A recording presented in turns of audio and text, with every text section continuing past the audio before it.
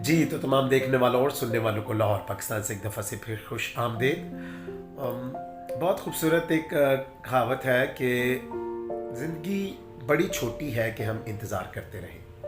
बहुत खूब। बहुत दफ़ा हमारे माशरे में बल्कि तमाम दुनिया में लोग सब्र को इंतज़ार के साथ जोड़ देते हैं। हालांकि बहुत सारी चीज़ों में हमें इंतज़ार करने की ज़रूरत नहीं होती, क्योंकि हमें वो काम आज ही करना होता है, ज़रूरी करना होता है। लेकिन बहुत सारे लोग शायद अपनी सुस्ती की वजह से, या वो करना नहीं चाहते, वो इंतज़ार को अहमियत देते हैं। तो इस वजह से बहुत सारे ऐसे काम जो उन्होंने आज करने होते हैं वो नहीं करते, और वो कभी भी नहीं कर पाते, और शायद उन्हें दोबारा मौका भी नहीं मिलता।